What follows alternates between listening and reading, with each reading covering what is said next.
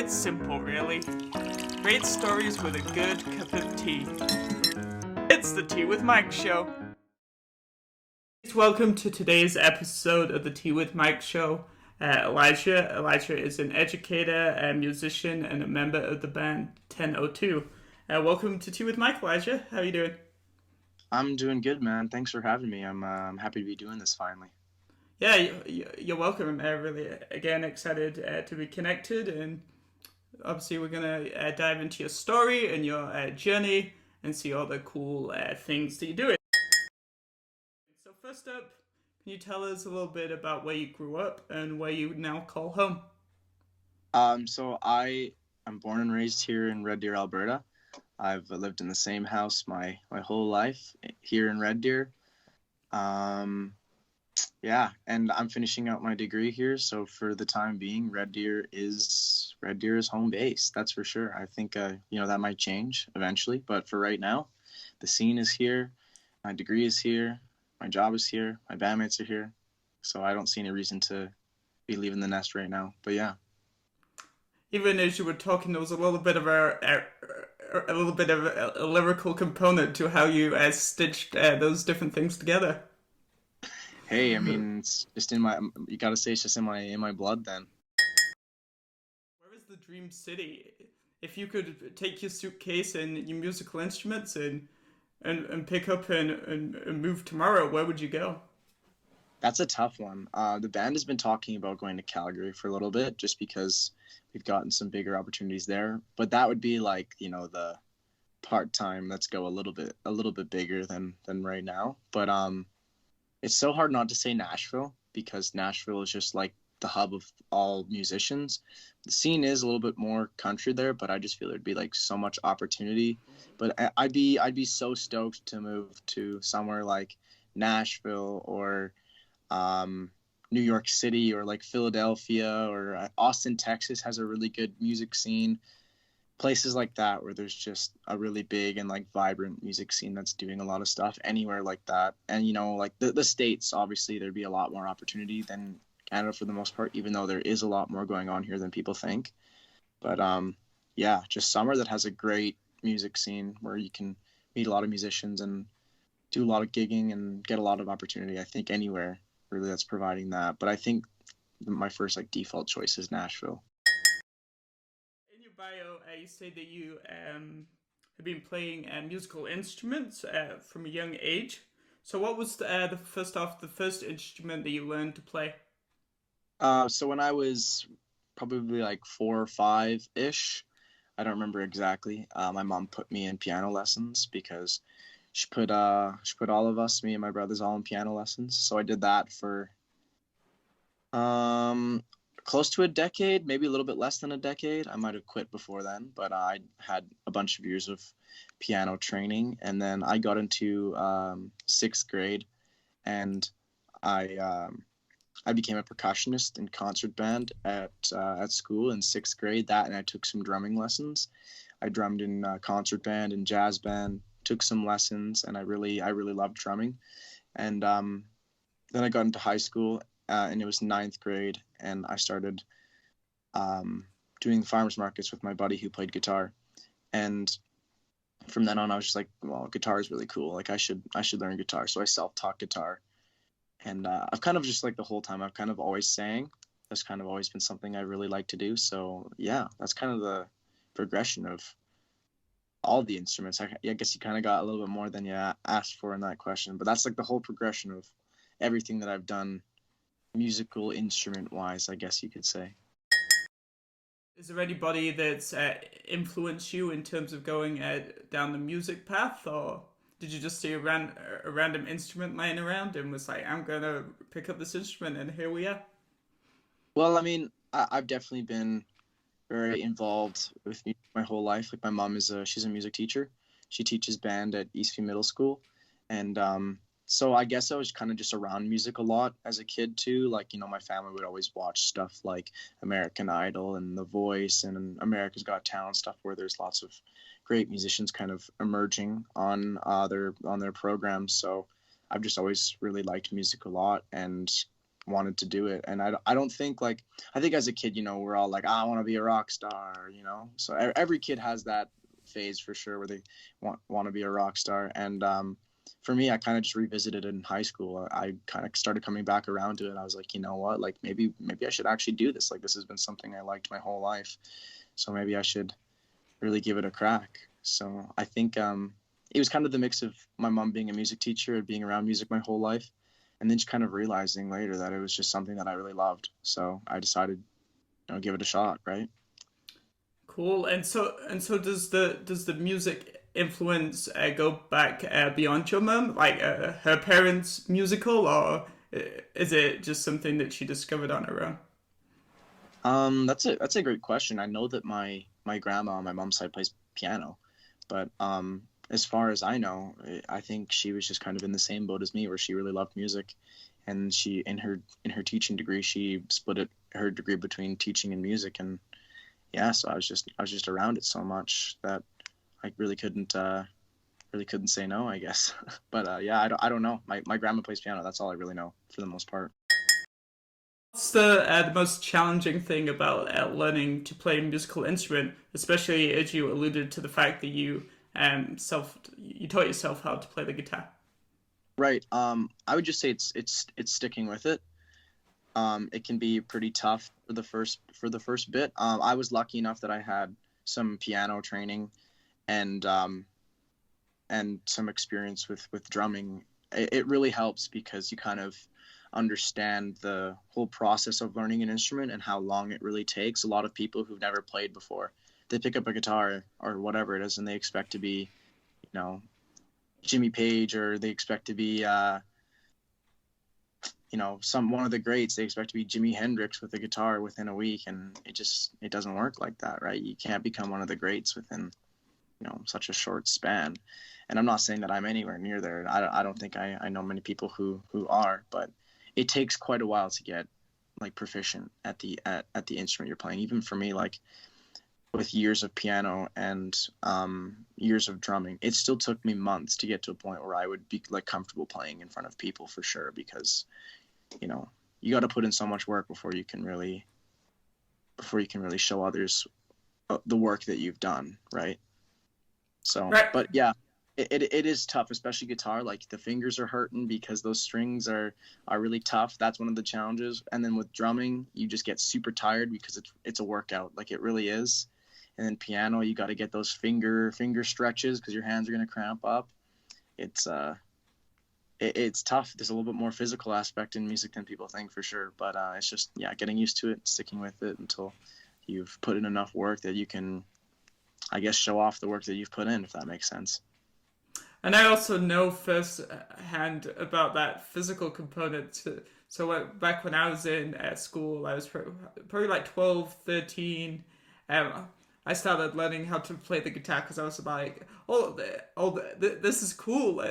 So I did some guitar lessons and some of the basics. But you're right. I didn't realize how important or how much exercises you need to do on your hand to be able to even hit the different frets, and I'm a bit of a wuss at times. I was like, this hurts. This sucks. I can't move my finger more than like 3 inches to the next fret without losing the other one because not enough mobility, at least then, in my hands. So I think back and I'm like, there's these things in life that you obviously can't control, like when you do certain activities, but that's one activity where I'm like, I wonder what would have happened if I started to play the guitar a few years later, and Hmm. whether that would have made a difference.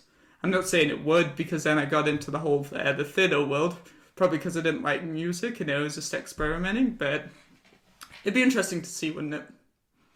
Yeah, for sure. I kind of wish I would have started playing guitar a little bit younger, honestly. It was definitely the instrument that made me kind of want to push my music career, because when I was playing piano, I was doing, the stuff out of the theory books, Mary Had a Little Lamb, and then progressed, and then Mary Had a Little Lamb too, right? So, and then in drumming, I really liked drumming, but I've always been like a singer first and foremost, and drumming and singing don't really mesh the best together, but I still had a really good time like playing drums in jazz band, and there was an R&B band in my high school, and I drummed in that, and I sang a little bit too when I wasn't drumming. So that was kind of just for fun and just to do a little bit of music. But I think once I started playing guitar, that's when I started kind of seeing myself as an artist. Because that's, you know, when all the like that's when I started writing songs. That's when I started playing publicly and getting paid to gig, was when I picked up the guitar and when I started like accompanying myself while I was singing. So I think the guitar was kind of that like breakthrough moment for me of like, hey, I could actually do this. Because I think another thing that's really important to learning an instrument is immediately start learning things that you like, because I think that's probably most of the reason why I quit piano. I wasn't playing anything that I was in love with. And drumming, like, I don't know, when you're in concert band and when you're in R&B band, you kind of play the same things over and over and over because the whole band is rehearsing those songs and it's like a school thing. So with guitar, it was just like whenever I wanted to, I could learn a new song, I could learn this or that. And so that constant change of scenery and that constant just like looking for things that I want to be doing personally helped me really progress much faster than I did with any other instrument. Because when you're learning things that you like and you're learning things that you want to learn, it's just going to be so much faster of a process and so much, I guess, more educational. Like you're pushing yourself to learn new things because they're things that you like and want to learn. Today's tea fact for the episode is tea absorbs moisture, so it's important to store loose tea or tea bags in a sealed container. And this comes from ChinaHighlights.com. So that is Cool. the tea fact for the episode. Awesome. Do you like tea? To be honest with you, I'm not much of a tea or coffee kind of guy. I mostly just drink like water and like chocolate milk, and you know I'll definitely, you know, if I'm hitting up some fast food places, I'll go with like a Coke or a Diet Coke or something. But when it comes to like caffeine consumption, I'm not really like huge on it, to be honest. I don't know. It's never, coffee and tea have never really been a drink of choice for me for sure. But So, I could. is that family tradition? Is that same for other members of your family? Is it, or is there a reason, or are we overthinking this? I don't know. Both my parents drink coffee for sure. Maybe the tea thing is why, because they don't really have tea ever, and I've only tried tea a couple of times, and you know I don't think my brothers really drink coffee either. But yeah, I think it's just probably like a lack of exposure to it for the most part. But I don't know. It just never really interested in me. Like in my young adult years, I've never, you know, found myself craving a cup of coffee or anything like that, because I just kind of start my day raw like that. Just get up out of bed and use sheer willpower to get through the day. Instrument that you would like to learn how to play that you don't already play? Ooh, that's a good question. I've always wanted to. I play like a little bit of ukulele, and I definitely would like to learn a little bit more. Like I know some of the, like I can play the ukulele, just not crazy at it. But I would really like to revamp my piano skills, because it's been a bunch of years, and I would love to be able to revamp that a little bit. Same with drumming, but and I play a little bit of bass in the band too, when we switch around instruments every once in a while. But bass and guitar kind of go hand in hand. But yeah, no, I don't really know if, other than that, if there's something I would really like to play. I mean, like saxophone is pretty cool, but both my brothers played the sax. But yeah, I don't know. Other than that, I think I've kind of picked out the instruments that I really want to play and kind of just stuck with those. But there's always other instruments that you think as a musician, if I could play that right now, that'd be pretty cool. But I think like my main musical endeavor right now is just improving my guitar skills for the most part, and you know, guitar and singing. But yeah, my main mission for the past while has been to step up my guitar playing game for sure, because you kind of get into a little bit of a routine as a musician. You playing the same songs, you tend to not always push yourself to like that next level. So that's kind of what I've been trying to do for the last bit right now, get better with my guitar playing and like technology skills. So yeah. When I was younger, I spent a lot of time at my grandma's house, and she had a few musical instruments kicking around. And one of those musical instruments was the harmonica. So I used to walk around the Oh yeah. house like playing the harmonica. Now that's a bunch of fun because it sounds half decent as long as you can keep your breath going. Yeah.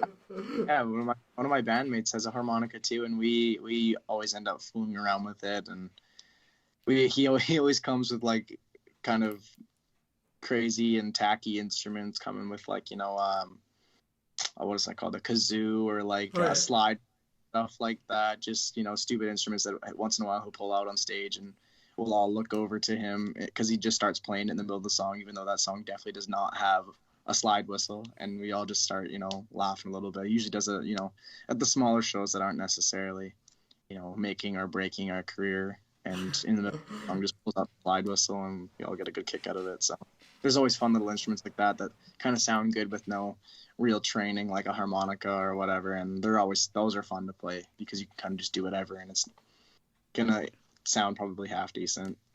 Okay, so we've talked a lot so far about obviously the range of instruments you play. So now let's flip it a little bit to the ear. So what was the first record, CD, or download that you bought, and what inspired you to buy it? That's a good question, actually. That's tough to say, but I think the first real CD that I listened to, like front to back, you probably wouldn't even know the artist, but his name's Chris Daughtry. He was an American, yeah, exactly, yeah. He was a guy who was on American Idol, and he didn't even place that high. I think he got like fourth, but I really liked him. I was super young. I think I was like 4 or 5 when he was on the show, but I remember being like a really young kid and having his CD and listening to his album basically front to back and really loving it and just being obsessed with it. And he had one big song that I bet you, like, if I played it, you would recognize it. It's called Home. But I think other than that, he didn't really have a ton of other like big hits. But I just remember it, like, that was the first CD that I remember like kind of binge listening to a bunch as a kid. And I don't think it, I mean, it totally did inspire me back in the day. Like when I was in my young kid, I want to be a rock star phase. It was definitely because of like his CD and stuff. But yeah, I don't know. If it comes to like real influences on who I was listening to at the time when I decided to like become an artist, it was Ed Sheeran for sure. His Multiply album, the second one, the green one with the X. That was the one that I really started listening to, that kind of changed the way I thought about music for sure, the way that I perceived myself in music, I guess, if you want to put it that way, if that makes sense. Now, I also love Ed Sheeran. Ed Sheeran is on my like dream guest list, like for the Tea with Mike show, and he actually just did his first interview for, I think it's like 2 years on BBC Radio 1 the other day, and he's got a new, I don't know if you know, but he's got a new album coming out, but this one's a little bit different because it's with he's changing like where he's at in his career. Obviously he's done like the solo guitar tours and that, but now he's transitioning into more of a little bit like 1002, a full band behind him for some of the songs. For some of the songs that were meant to have full bands, in his words, like when he wrote them, but it's just not how it came out in the end, right? Right, yeah, for sure. I mean, I loved his solo acoustic stuff, and all the way through, like his albums, you can kind of see the progression. Like his first one, Ad, was like a lot of solo acoustic stuff for sure. And then in Multiply, you saw him add like a little bit of like almost hip hop vibe songs where he starts to like rap and do a little bit more stuff that you'd kind of see in the top 40s charts. And then he kind of did a full 180 on his album after that. There was some more hip hoppy stuff, but then he also had some like folky vibes going with songs that were very like, back in the 1800s in the UK, like Nancy Mulligan or whatever, like that one. I was like, wow, this is such a different vibe. And then his latest project, I honestly didn't get around to listening much of. It was, like the collaborations project where he collaborated with a ton of artists. And that's kind of not the Ed Sheeran that I really like fell in love with. So I didn't really give it much of a chance. I probably should have, to be honest, being a dedicated fan. But if he comes out with another album that's like more full band vibe, but like still keeps the pieces of his old one, I'm 100% listening to the whole thing. The collaborations, the hip hop side of his thing isn't really my cup of tea, but I still like some of those kind of songs. But yeah, it was more his earlier stuff that really piqued my interest. So I'm interested to see if he gets back to that a little bit. It's also incredible, like how much he's achieved in such a short space of time. Yet he's the type of person that you could have a beer with at the bar, right? He would like walk to the bar or like cycle versus whipping a Lamborghini to the door, you know? Yeah, I mean the guy could afford a Lamborghini, no question, but you would definitely see him rolling up in like a, I don't know, like a little Pontiac or something Yeah, like that, yeah, some little car, because he just doesn't care. Like I don't think he's super materialistic, but you can just tell he's like one of the most down to earth guys. And it seems like he hasn't been in the industry for a long time, but I'm pretty sure he had his breakout moment like a decade ago. Like the A Team, I'm pretty sure that like blew up 10 years ago. So people, yeah. yeah, people kind of, he's young and seems new and stuff like that. But yeah, he's been in the industry for a while now. So, just switching away from music for a little bit. So I also believe that you are a multi-sport athlete growing up. So talk to us about some of the sports that you played and how you got involved with them. Right. Yeah. I played a lot of hockey growing up. Go figure. Boy in Canada plays hockey. Very original story. Um, but yeah, I started playing hockey when I was like 4 or 5, and I did that all the way until I graduated high school. I just here in Red Deer played hockey, played on some competitive teams, played on some teams that like traveled to big tournaments in the springtime too. Um, so yeah, hockey consumed a lot of my life as a kid, and I think that's also part of the reason why I didn't get into more musical endeavors at a younger age, was because um, Canadian hockey has such like a demanding schedule. Like you're on the ice, you practice like twice a week. You have a training session off ice like at least once a week, and then you have 2 games on the weekend. So it's easily like 5 to 6 days a week, depending on how competitive of a team you're playing on. And yeah, so I was also trying to play other sports at the same time. And like in middle school, I started playing volleyball and basketball, and I did that for all of middle school and a little bit of high school. But once I got into my older years of hockey, it became even more demanding with the schedule. So I had to quit those school sports. I played a few others like badminton and stuff. And at a really young age, I did taekwondo for a bunch of years. And in the springs, yeah, that's an interesting one for sure. And in the springs, I did a lot of inline hockey, so it's hockey on rollerblades. Go figure. Canadian boy plays hockey, also plays roller hockey. Very very crazy change there. And when I was younger, I played soccer too, up until like the age of like 12 or 13. So I played like a lot of years of soccer. So a lot of different sports. Definitely grew up with my dad was a phys ed teacher in school as well. So I was kind of around sports a lot as a kid too. So I had that side of me too that sort of took over my childhood, which I think is what kind of steered me away from music. I was just really busy. So yeah. And and do you want to expand a little bit when you about how Taekwondo was, in your words, interesting? Yeah, I just think just going off the reaction, I think Taekwondo is a little bit more you don't see people doing it as much, maybe when they're really young, but I did it for a lot of years. I did it from like the age of 3 or 4 until I was like 14 maybe, just when I could. As I got older and as hockey got busier, I had to stray away from it. But yeah, it's definitely a very different sport. Obviously, it's not really much of a team sport. It's very focused on like personal growth in a way where you're just constantly just solely evaluating yourself and how you're doing.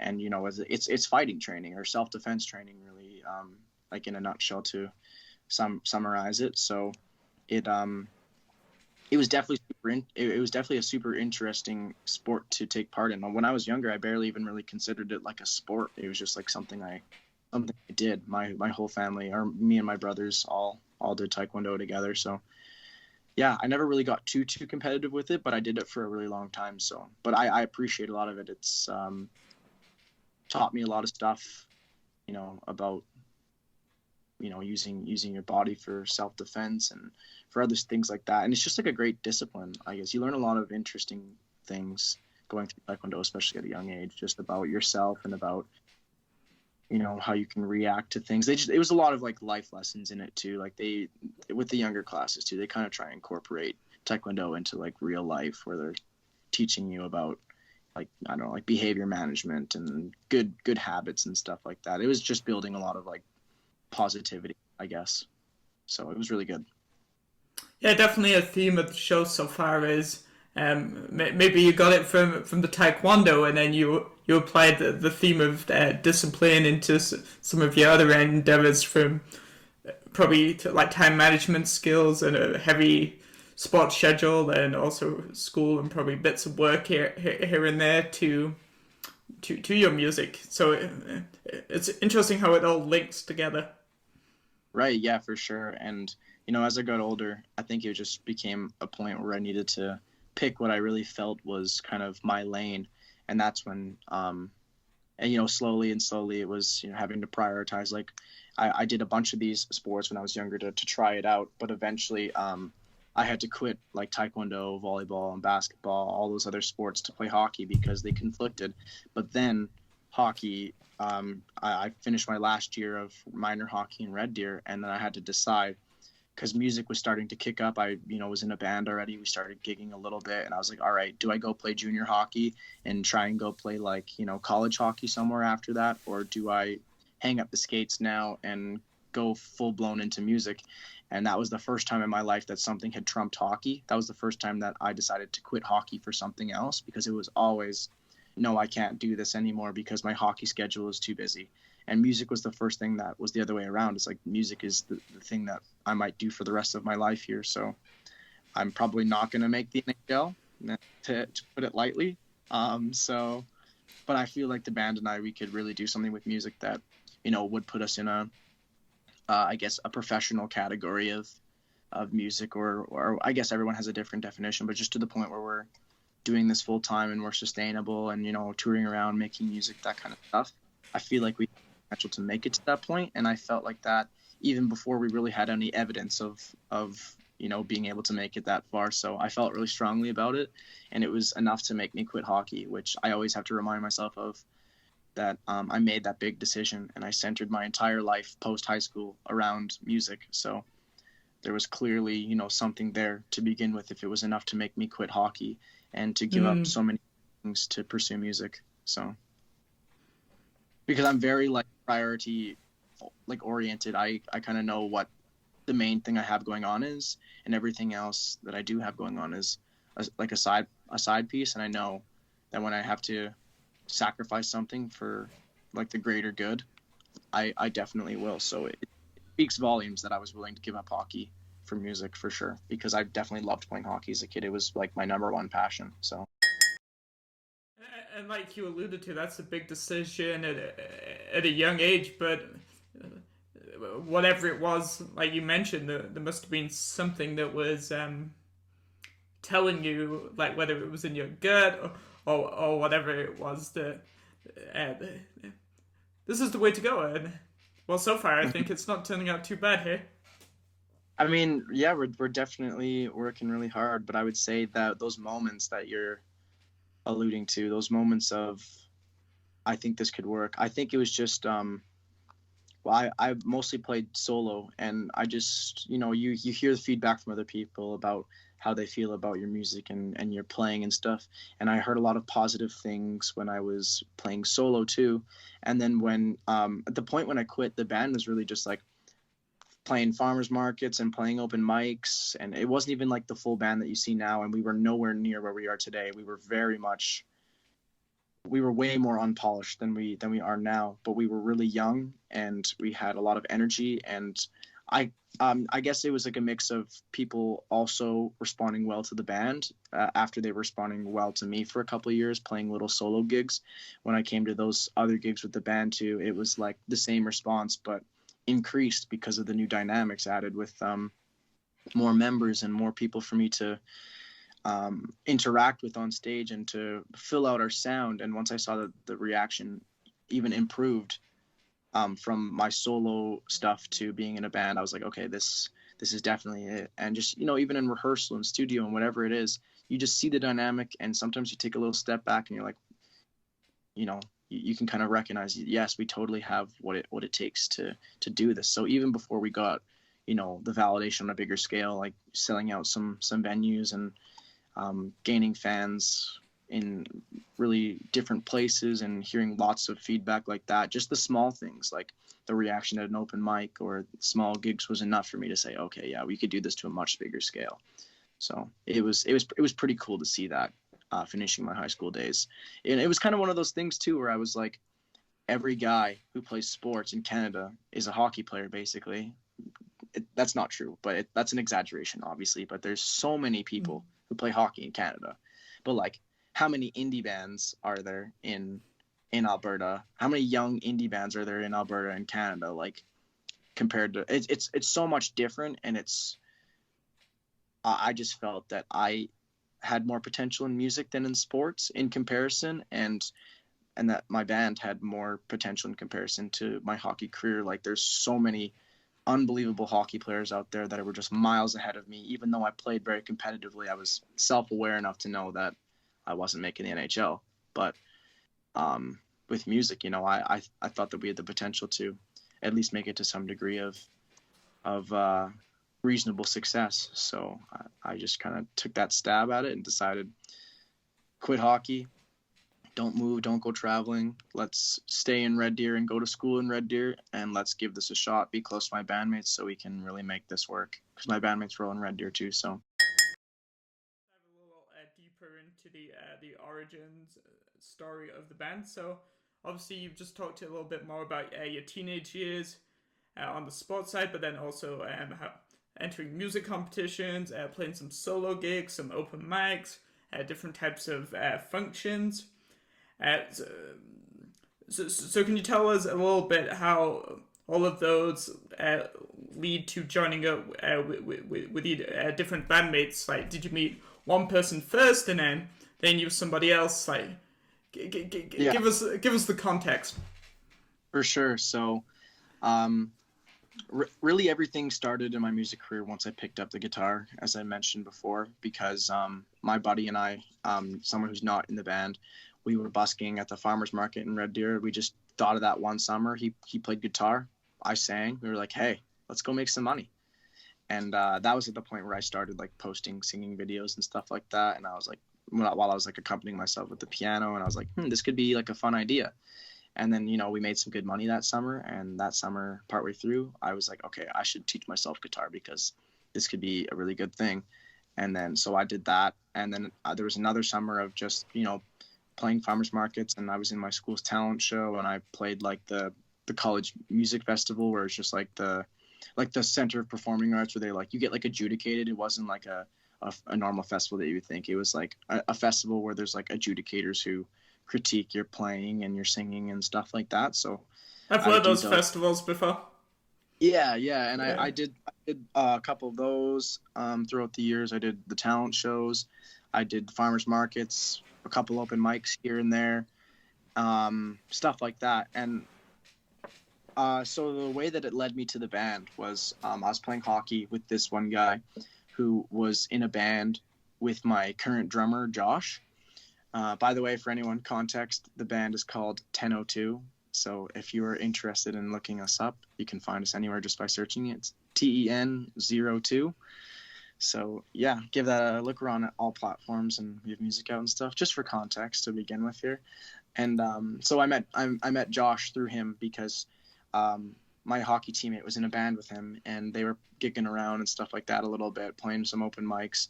And then I was jamming with my hockey teammate, and then the one day Josh came around, and him and I just instantly had like so much musical chemistry and just like personality chemistry. We just instantly like vibed and got along really well, and we started hanging and talking more. And eventually he was like, we got to do something like together musically. And this was like within the span of like a couple months of knowing each other. And then we just decided that we were gonna be a band, I guess. And then from then on, it was just him and I for a little bit. We just played some open mics. We busked together at the farmers markets, did like tiny little events that we got hired for and stuff like that. And then we found a bassist. He was a guy in another band. His name was Max McKinnon, who ended up quitting, but he became the producer of our EP called Songs About Girls, which you can find on any platform. We've got that music out there. Wherever you get your music, it is there. Search our name, it's there. And he became the producer of that because he moved to go to school for music producing.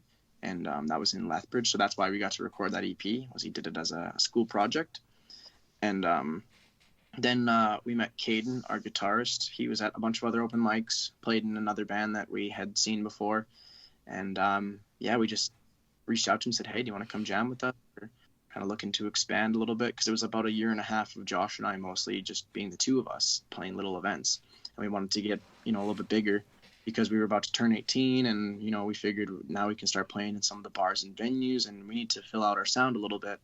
And then Caden came along, and it just instantly worked. We sounded so much better. We got some more gig offers, and so he fit in great. He was our lead guitarist, and then he brought a buddy around who he knew played bass from Rock Band in high school, and his name was Preston, and he played bass for us for a while. And then very soon after that, in that same span of a couple of months, Emma joined us, because we knew her from open mics and other places around. She went to high school with Caden and Preston, and so that was the formation of the band from late 2018 to like late 2019. And then Preston, our bassist, ended up moving to Medicine Hat for a job. And we had a ton of gigs lined up, so we had to find someone fast, or else we would have been missing out on some gigs. So that's where our current band member Chase came in, who plays bass guitar for us now. And that's been the makeup of the band ever since like late 2019. Josh and I met through a mutual friend. We all knew each other through like open mics and like the local young music scene around. And Caden, Emma, and Chase all knew each other from Rock Band at Hunting. So it was a lot of one at a time joining and stuff like that. It wasn't like we all met in an elevator and that would be cool. Instantly harmonized, like no. That would be cool. That's a good story. Yeah, I don't know. I just thought of the most like cheesy, untrue scenario. Like we were all sitting in a random cafeteria. One of us sang a note, and the rest of the five just sang with it. It's like no, that's not how it happens usually. But these are good scenarios, though. I'm vibing with it. I'm sure that's how a lot of boy bands meet or whatever. One of them starts singing some random other boy band song, and then everyone else joins in harmony. But no, that's definitely not our story. It was a lot of people quitting and finding new members and meeting through this and that. But it was a lot of one at a time. So, but yeah, we're so happy with the makeup of the band right now and our sound and how things are progressing. So I think this 5 is the 5 that are gonna stick it out. Well, fingers crossed. So what do you think you've learned about music and yourself from kind of this transition of a lot of solo stuff at the beginning with an element of collaborative playing through some of the school competitions? And how do you think those experiences and developed skills have helped you become a successful band musician? Or a member of the band, that's probably a better way of putting it. Right. It was definitely an interesting transition at the beginning when Josh first told me he wanted to do something with me musically. I had never really thought about being in a band at that point. I'd always considered myself like a solo acoustic singer-songwriter because I idolized Ed Sheeran, right? And so for the first while, I was like, I don't know. I'm not sure if this is what I want. But the more him and I hung out, I was like, no, this is definitely it. So like performing solo, I liked it for sure. But it wasn't until I played with my bandmates and that we slowly progressed more that I just fell in love with playing live. Like I played in those competitions and I did like playing, but there was just an undescribable energy and flow and just fun that comes with playing live on stage with your bandmates, especially like the more and more you get tight musically and as friends. Just it becomes so effortless on stage that the effort transitions from playing your instrument to performing. So I find more and more the more and more we get comfortable musically, we can do cooler things on stage where we're just jumping around and having fun but still sounding and playing well. So there was just like, I don't know, it's also nice being on stage knowing that you have some people to kind of fall back on if you mess up, and you have some other people who are gonna play off of you. There's just it's uncomparable, the difference playing live solo versus playing with your bandmates. Like it was absolutely not even close And like I would have never been as busy of a musician as I am now if I wasn't in a band. Like I'd probably play the odd solo show and stuff like that, but that's half the reason why I booked us so heavily was we all just loved playing live so much that like why wouldn't we want to do it every weekend and a couple times in the week and stuff like that. You know, the money was great too, but just being out there and playing for people and interacting with people and interacting with the bandmates, it's a completely different story. And how it affected my musicianship for sure is I was totally in like my shell of I'm gonna play solo acoustic songs and sing with it, but my bandmates who have more of like a rock background, or and our bassist has like a metal background, he really likes like metal music, and Caden, our guitarist, has like a blues rock background, and Josh is really into like rap and punk pop, and Emma's also really into like alternative stuff like me. Just my bandmates pushed me so much to broaden my horizons musically and like listen to new things and to like improve my playing big time. Like my progress from where I was with the guitar before being in the band till now is just completely different, and my musical tastes have changed so much since being in a band with them. I listen to so much more of like a variety of stuff, so it's really cool. We all have super different tastes, but we all have like our kind of agreement point of like what sounds really good with the band. And for us it's like, you know, like a splash of everyone's taste, but it's mostly like alternative rock, because we all kind of like alt and alt rock. So that was kind of like our meeting point of like, yeah, this is the music that we all, it's maybe not all of our favorite, but it's all music that we all like and we know we sound best with. So it's what we went with. And I think as a musician in a band, you got to learn to really work with other people. It's a constant collaboration. It's not my way or the highway. It's this is what I thought. What do you guys think? It's kind of like it really makes you work on your communication skills.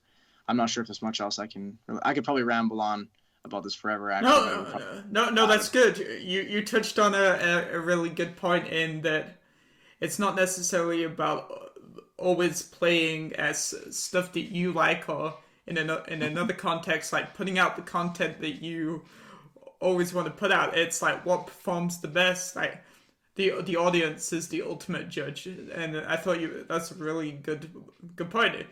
What your goal is to make it professionally as a band.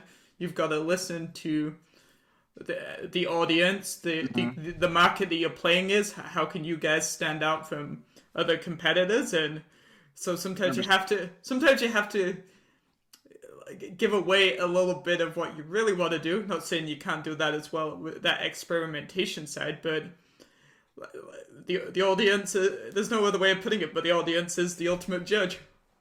right. Like we're content creators at the end of the day. That's what musicians really are. We're making something to give to people. So, you know, you can make something that you want to make all day long. Like if you want to make a certain genre of music, go ahead and do it. But if you want to do something professionally, you have to listen to your listeners, because they make your career. At the end of the day, if you don't have listeners, if you don't have fans, you don't have a music career really. So I mean, that could be wrong in a partial sense, but for the most part, as a standard musician / band, the people are everything. So if that means you got to compromise a little bit and figure out what the people want, you got to find a way to make ends meet, to make those bridges cross, right? What do I like? What do my fans like? Let's bring it together. And that's kind of what we did. Sure, people are dying to know. So why is the band called 1002, and what's the story behind the name? Yeah, we get asked that a lot. It's nothing crazy, really, but so back in 2016, when the band was first forming, when it was just Josh and I, when we decided that we were going to be a band, we were like, okay, well, what we need a name. And we struggled for weeks. We tried a couple different names at open mics, and every time we get up there and we'd say the name, and then we just both look at each other and be like, that didn't come off. That didn't sound good. That just wasn't the vibe, really. And then the one day we were hanging out, and we were just kind of sitting around talking and jamming, and we're like, okay, you know, like it was the first day that we had like the serious conversation of like, this isn't just for fun. Like, I think we can do something with this. Like, we've been getting great reactions at the little open mics and stuff like that. Like, we should really go for this. Like, today's the day. We got to pick a name, because today's the day that we really decided that we're going to go for it. And it was October 2nd of 2016. So you put that on a calendar, 1002. So it's as simple as that. It's as simple as that. It's the day that we decided that nothing's gonna stop us. We're going for this, and we're gonna make something of ourselves in the music scene. You did something great there. You kept it simple. You want to be Mhm. focusing on the music. I'm sure some people, nobody's perfect, but I'm sure some people would be like, well, we can't make music until we got a name, and then for 4 months, 5 months, 6 months, and then you've lost all momentum. So Right. my alternative story was you were sitting at the table and you looked at your fingers and thumbs. You're like, oh, there's 10 of them combined, and there's two of you sitting in the room. 1002. But Yeah, some of my bandmates think that the story of how we got our name is kind of lame, even though it's very, to the point. So at shows, I'd always get the eye rolls from my bandmates when someone would ask and I'd tell the name, they'd be like, "Oh, so boring," right? Like, but then sometimes I'd catch them off guard and just say like the most obscene stories about how we got the name. I was like, well, back at the age of 16, I was in prison, and I killed 2 men I killed 10 men with my 2 hands. So or you could do stuff like back when I was 10, I loved music. And my parents, because we're a musical family, took me on the once in a lifetime trip to England, and we went to the O2 Arena to see my favorite artist, blank right, blank yeah, blank. And it was always my dream to ultimately end up playing at the O2 to arena, and the reference to 10 is when that dream began. yeah. I feel like that kind of falls in line with like the first story a little bit more, just like kind of more goal driven, I guess. But yeah, sometimes just to stir things up, someone will ask me about where we got the name from, and if I'll assess how drunk they are, and if it seems like they'll believe me, I'll tell them something absolutely like stupid, ridiculous. And then the next see them, if they ask me again, or if I see they're in the room, I'll explain the real story sometimes, or sometimes I'll just let them believe what I told them and just walk away and be like, oh, gotta get back on stage, I hear the band calling me. But yeah, I like to have fun with it a little bit sometimes, but for the most part, if they're like genuinely invested and curious, I'll give them the real story. But just sometimes when people are looking really intoxicated at the show and they're not going to remember anyways, I just like to see their reaction when I tell them some crazy story that definitely never happened. Again, we talked a lot about music, a lot about sports, but another component to your story is um, education, and obviously you studied education at Red Deer College. So, give us the 30-second version on why you decided to take the education program at Red Deer College. Right, for sure. So when it came down to picking between music and hockey to kind of bring this full circle a little bit, I chose music. And at that point, I was also like, well, you know what? I need to have a good backup plan as well. And for me, that was education, because I've done a lot of coaching over the years, coaching in different sports. And, I've always liked the atmosphere at school and stuff like that. I've always been like a keen learner. So I was like, you know what, I think if music didn't work out, teaching would be something that I would definitely enjoy. Both my parents are teachers, so I would likely be able to get a job. I speak multiple languages and have backgrounds in sports and music. So I also kind of weighed that in and was like, yep, I could definitely get a job and teach. And I always loved coaching. So how much different would teaching really be? And then it was the program was in Red Deer for the first 2 years, and then after that, you could apply to get into a program called Middle Years, which lets you finish your degree in Red Deer. So I was like, perfect, 4 more years in Red Deer with my band in town, saving money, and possibly building into a future career of teaching. And I've already done a practicum. I'm working right now as an educational assistant at Eastview Middle School, and like first and foremost, music is my plan and my passion, but I also, the rational side of my brain tells me all the time, hey, like, have a good backup plan just in case things fall through. But I can say, like, with confidence that music is my number one passion and what I want to do with my life.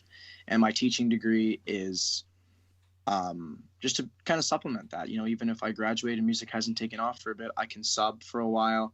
I can be an EA for longer. I probably wouldn't throw myself into like a permanent job right away, but even as a teacher, like you have great hours and flexibility. There's weekends, nights, and summers, and that's basically just the schedule of a normal person going through school anyways.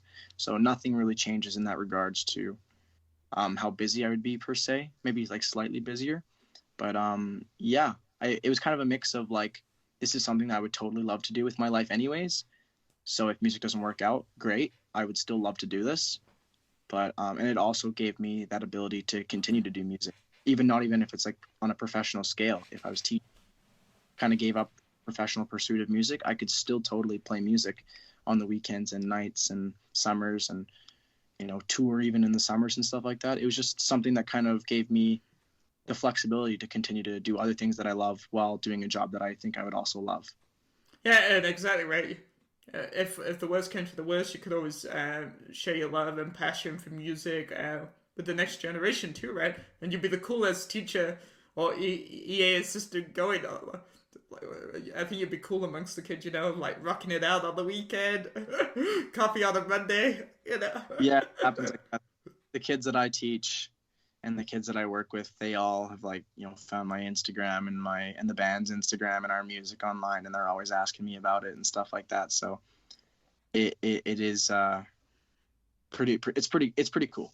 But and the kids are super cool about it. They definitely are really interested in it. But yeah, I don't know. It's definitely something that would allow me to keep doing everything that I love, right? So, and you know, my mom's a music teacher, like I said before, but I think personally my endeavors with teaching would not be musical. I think I'd just be doing so much of it outside of school that I'd want to keep things different at school and do something with like phys ed or another subject area, just because I know I'll be doing so much music outside of school. I wouldn't want to get sick of it. What is your favorite age group to work with for kids? So my program is specifically for middle school. It's Oh, called okay. middle years. So I mean, technically, I could get a job in elementary, middle, or high school, I believe. But I think middle school would be like my preferred route, just because it kind of has that nice balance of, you know, not teaching something in like the 30 level at the high school where these kids are going through diplomas and it'd be like tough content, and it's also not the really really young kids that, you know, you'd have to kind of babysit. It's kind of right in the middle. And you know, people have their reservations about middle school because the kids are going through like a tough age at that time. But me personally, what I've found in my practicum as well, which kind of like affirmed my assumption, is that no matter what stage kids are going through in their lives, whether, you know, they're kind of getting into their adolescent years and they're going through all these changes, I think that if they see that you're cool with them and that you care about them and that you listen to them and all that stuff, I think that they'll respond to you well regardless. Like young teenage kids can be a little bit defiant, but I feel like, you know, if you kind of, my strategy was to kind of play the cool young teacher, I guess, you know, put that persona, and kids just love that. Like, they're not gonna be sassy with you if they just kind of feel like you're just kind of there hanging out with them, versus, you know, I'm about to send you to the office if you don't do your work. Like, that's not really how I would work. It would just be like, hey, you've been, you know, you're not doing a lot of work right now. It'd be really cool if you got this done. And I feel like most kids at that point would just be like, yeah, you're right. So versus, you know, the disciplinary kind of approach. My approach would be so opposite. It would kind of just be like, you know, the friend who has your best interest in mind telling you, hey, like, it'd be good for you if you got this done. It'd be super cool if you got this done. And most kids, I feel like, take that approach with them, and they'll probably respond much better than if you kind of threaten them with some kind of disciplinary punishment, like being sent to the office or separated from their friends or whatever it might be, you know. So Okay, let's close out with a quick fire 30-second answers. So obviously, just coming, you're a little bit more established now, but you, as a band, you're still pretty young in the grand context of the industry. So, what was the most challenging thing about getting your first few gigs together as a whole band and a whole sound? 30 seconds. Getting our first few gigs together was the tough part was just getting yeses. We were a band that played open mics and small events and stuff like that, and we didn't have problems, you know, going to open mics and events like that. But as a band trying to break into like the bar and venue scene, when you don't already have a resume of places you've played, people don't necessarily take you seriously. And as young kids too, they see our age, and they're skeptical immediately. A lot of young kids, you know, aren't bringing huge crowds, and they're not bringing the best musical talent. So we kind of had to try and work our way into getting yeses before they would see us live. Because, you know, when they would see us live, it would usually be a different story. They would really like us and want us back. But it was getting that initial yes and getting those questions of, wait, how old are you guys? Even though, you know, we were still pretty young, but people were definitely very skeptical of us because of our age. And we had to work a little bit harder to get that initial yes, if that makes sense. Yes, it makes sense. Touched on it briefly, but just again in maybe another 30 seconds, expand on the style of 1002's music for anyone unfamiliar with it. Awesome. So yeah, we're alternative. We call ourselves alternative because we played a lot of different variety of covers to begin with, but yeah, it kind of did hone into that alternative rock setting. You can kind of hear that in our music and some of our new music that we're gonna be releasing probably in the next, I don't even know. I actually can't give you a real timeline. I'd like to say, you know, months away, but it could be a while. We'll see how it goes, but it definitely is very pop rock, alt rock, alternative, indie kind of vibe, what you would expect from an indie band for the most part. So yeah, there's 5 of us. We got 2 guitars, bass, keys, drums, piano. Sorry, no, I said piano twice. Keys, guitars, 2 of them, bass, drums, and yeah, vocals. And yeah, we play around a bunch, and we're a very energetic young band, I would say. So really melodic stuff and a definite mix of genres. But yeah, that's us.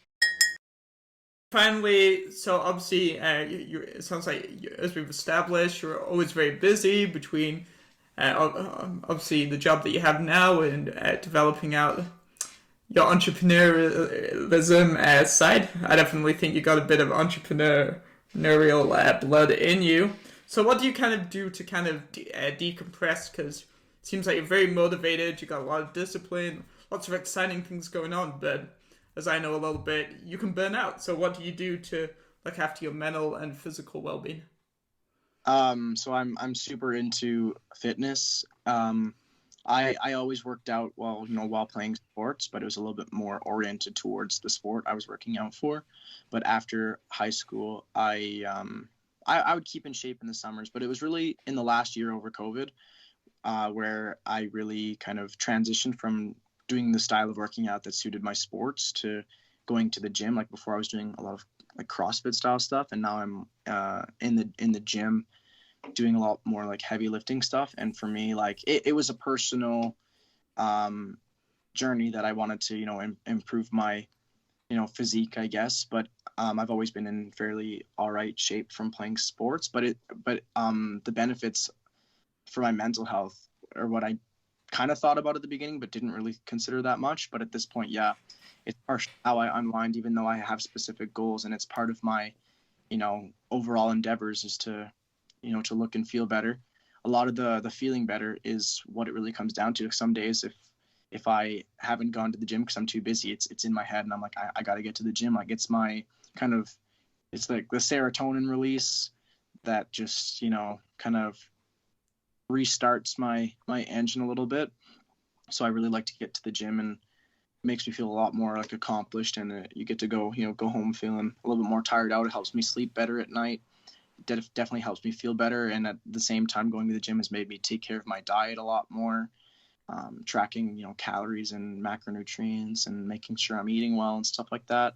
And then other than that, the only other thing is I have this habit when I get home. It doesn't matter how late I get home, I have to like go and watch a little bit of Netflix or YouTube. It's like I have a trouble like getting home and just like jumping straight into bed. I kind of need to like unwind for a little bit. Me So the too. other night, yeah, I was like telling you how we got back from a gig this weekend, and it was like really late. It was like 4 a.m, but I still had to go watch like 20 minutes, half an hour of like YouTube or Netflix just to kind of settle me down before I hopped into bed, because there's a lot of adrenaline coming off of a gig, and you're out with your friends and your bandmates and having a good time. So I kind of need that little time to unwind. I do I do value like my alone time, my unwinding time. I do need that as much as I'm with my bandmates constantly.